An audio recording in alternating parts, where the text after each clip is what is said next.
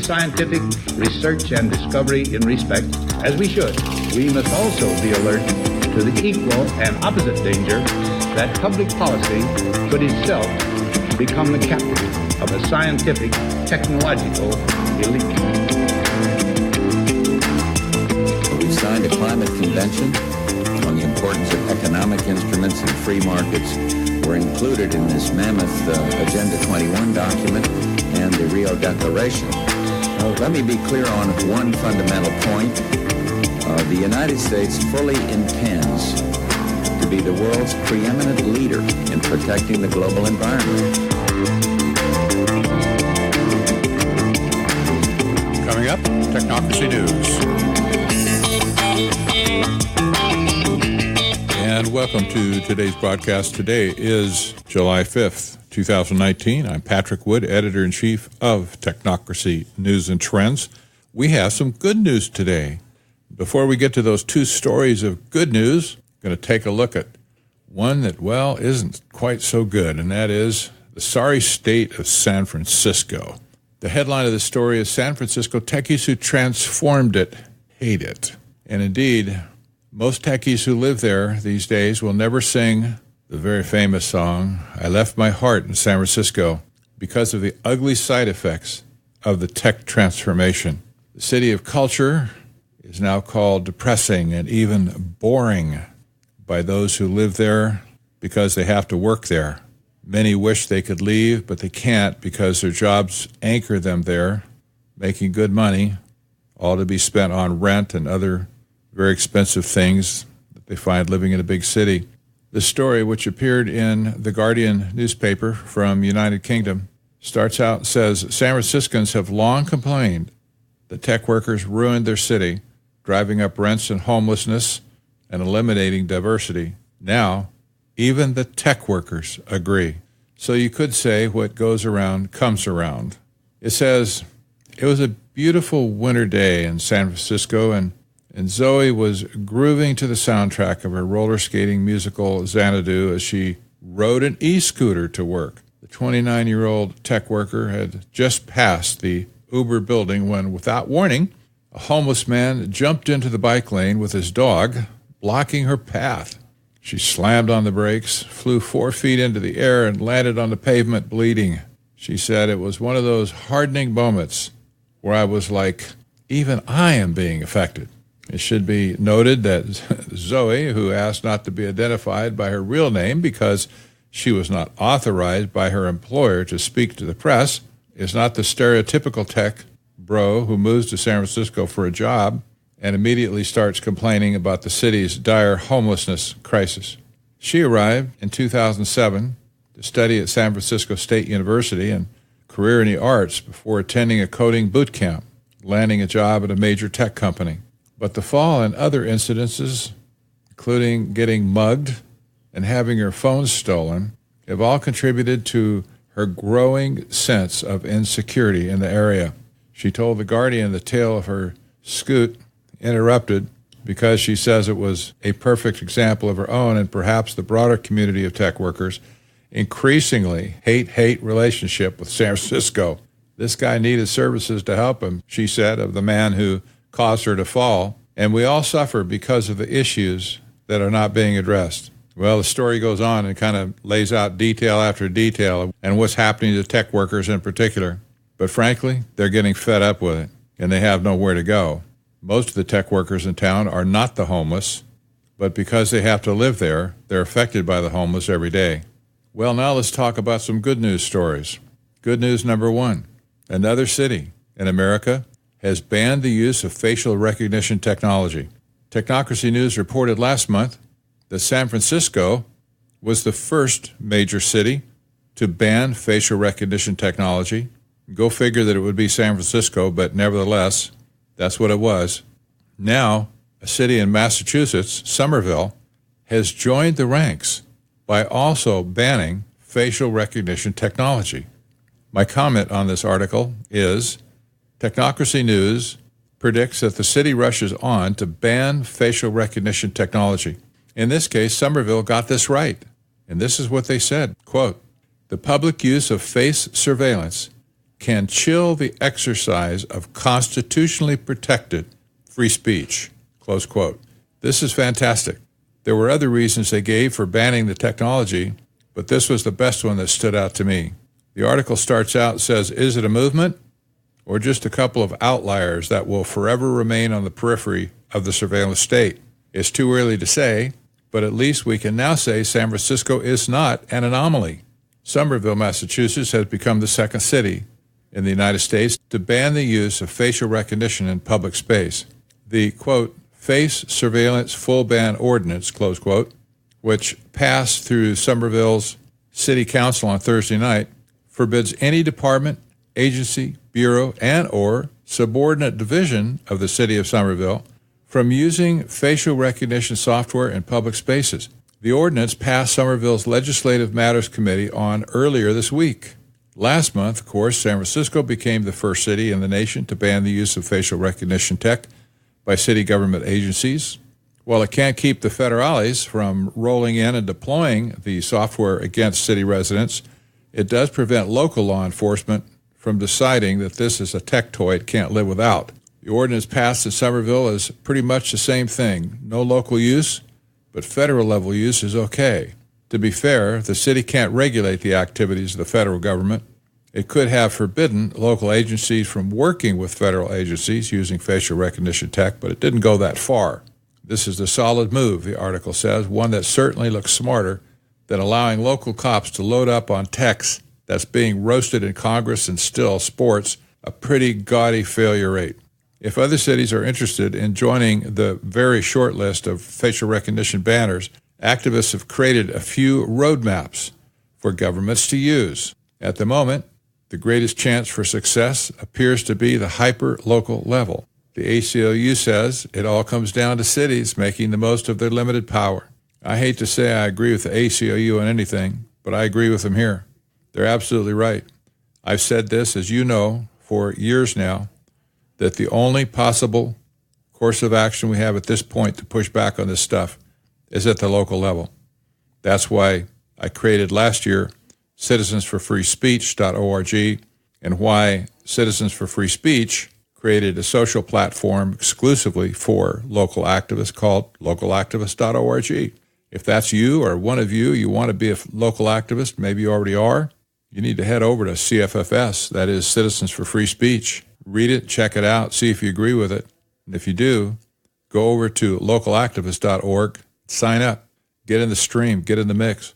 I encourage you to read this article and then click on the link that says created a few roadmaps and check out the roadmaps, because they're absolutely right. They're handing it to you on a silver platter.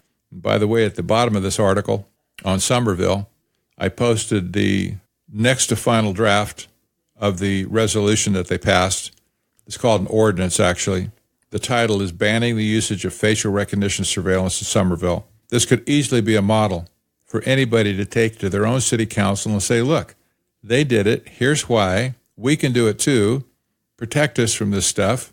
Get them to adopt essentially the same ordinance. Change the name. That's about all you got to do. The next story of resistance also is welcome, and that is, the headline says, pre-crime AI. It wasn't telling us anything we didn't know, says certain policemen now. This is a wonderful thing. Technocracy News has been hammering on this ever since they started talking about using artificial intelligence in pre-crime analysis. Some of you will remember seeing the very well-known movie called The Minority Report with Tom Cruise back in 2002, and artificial intelligence programmers got the idea that this could be accomplished using their superior artificial intelligence algorithms, that they could figure out when and where crime is going to take place and head it off. In many cases, they were stating that not only can we tell you when and where, but also who.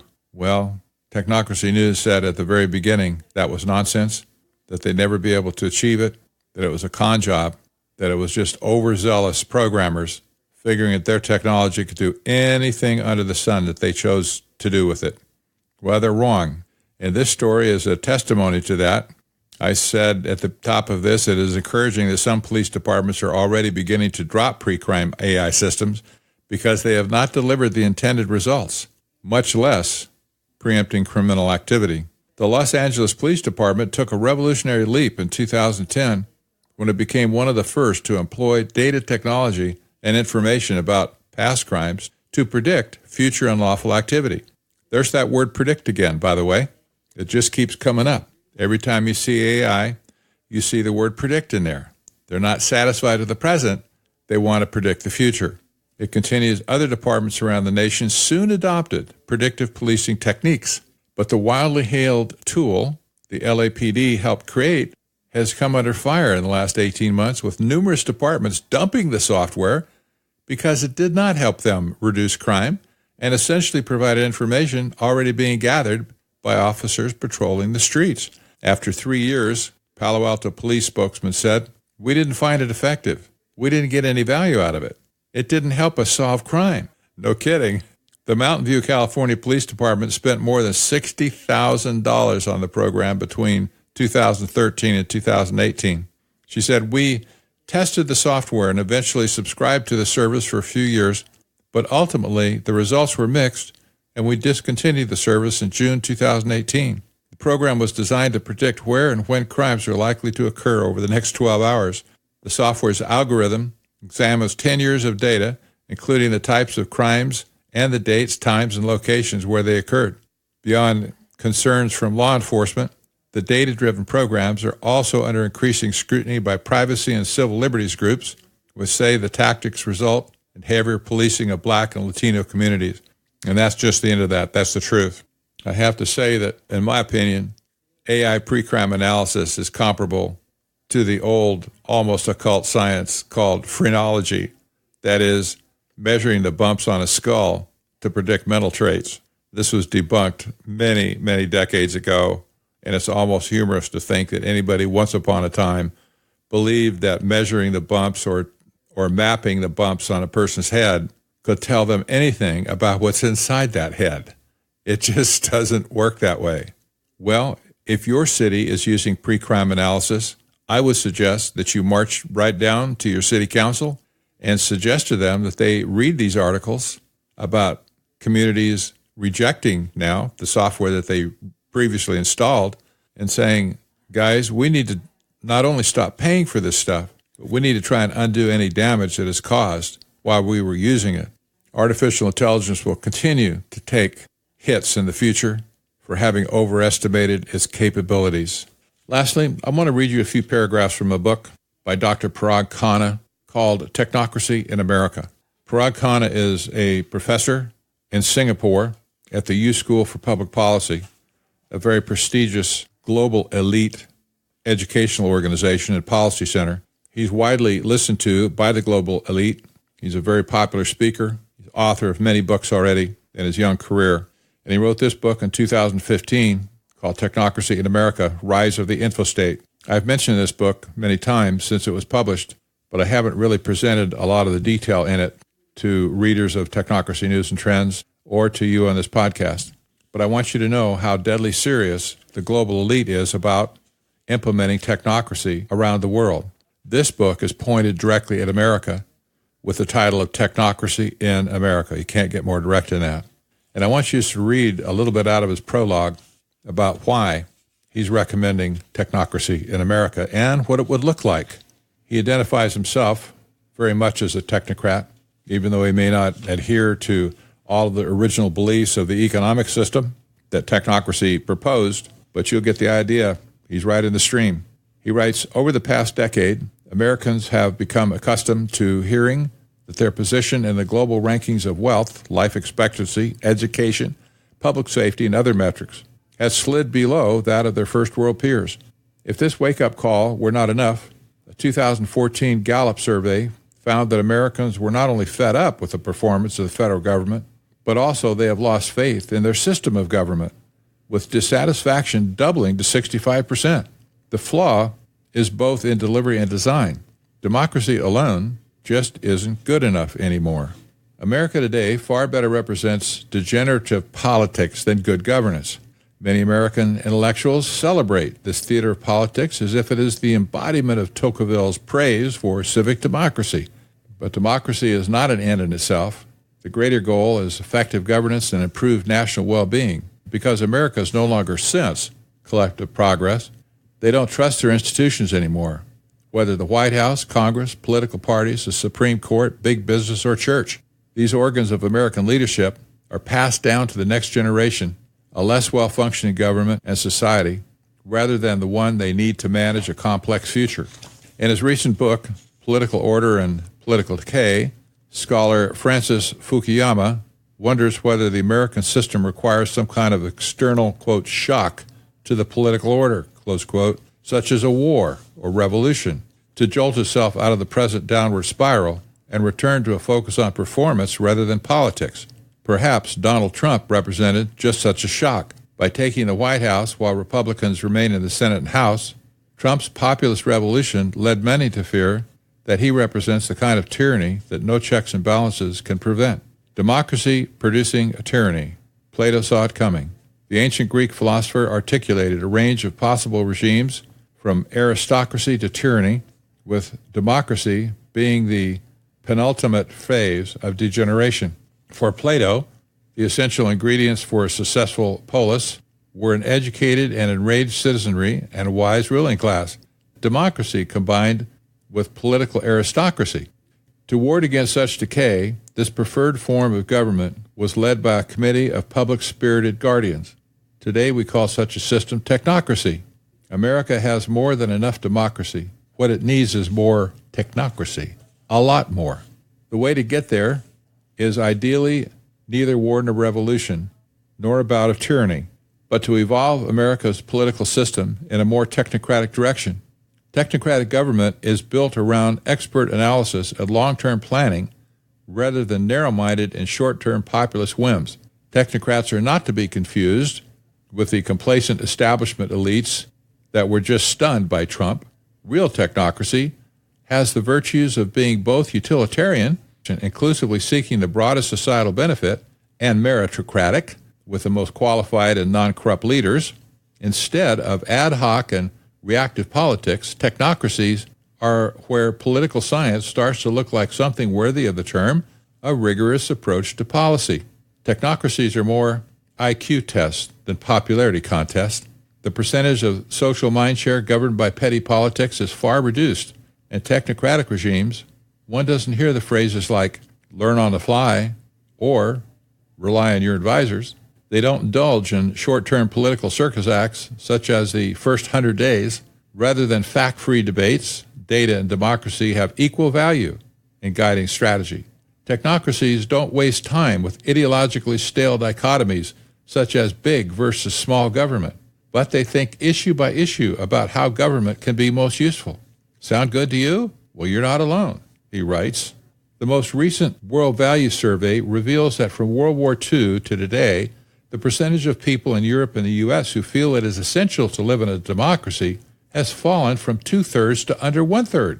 Meanwhile, the proportion of Americans who believe that experts should decide what is best for our country rather than the government has risen from 32% to 49%. In other words, Americans are craving for a better government, one that balances democracy and technocracy. Side note, you realize that this is all presumption and assumption on Dr. Khanna's part. He continues, unfortunately, America today suffers from an abundance of representation and a deficit of administration. There is a great excess in the power of representatives, congressmen and senators, and deep downfall in the power of administrators, that is, governors and mayors. There are too many officials trained in law and not enough in policy. In other words, too much time spent arguing rather than doing something. If the same political chaos that brought the founding fathers together in 1787 is present today, then it is again time for a new constitutional convention. So, point number one, he's calling for a new constitutional convention to rearrange the status quo in America. American democracy would be far more effective through the technocratic toolkit being deployed around the world in better-run countries.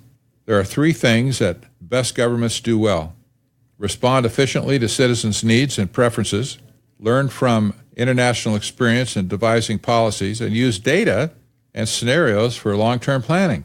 If done right, such governments marry the virtues of democratic inclusiveness and the effectiveness of technocratic management. The ideal type of government that results is what I call a, wait for it, direct technocracy, a direct technocracy. And now he concludes by telling you exactly what this would look like. He says, in America, direct technocracy would look like this: a collective presidency of about a half a dozen committee members, backed by a strong civil service, better able to juggle complex challenges. A multi-party legislature better reflective of the diversity of political views and using data technologies for real-time citizen consultation. And the Senate replaced by a governor's assembly that prioritizes the common needs of states and shares successful policies across them. And a judicial branch that monitors international benchmarks and standards and proposes constitutional amendments to keep pace with our rapidly changing times.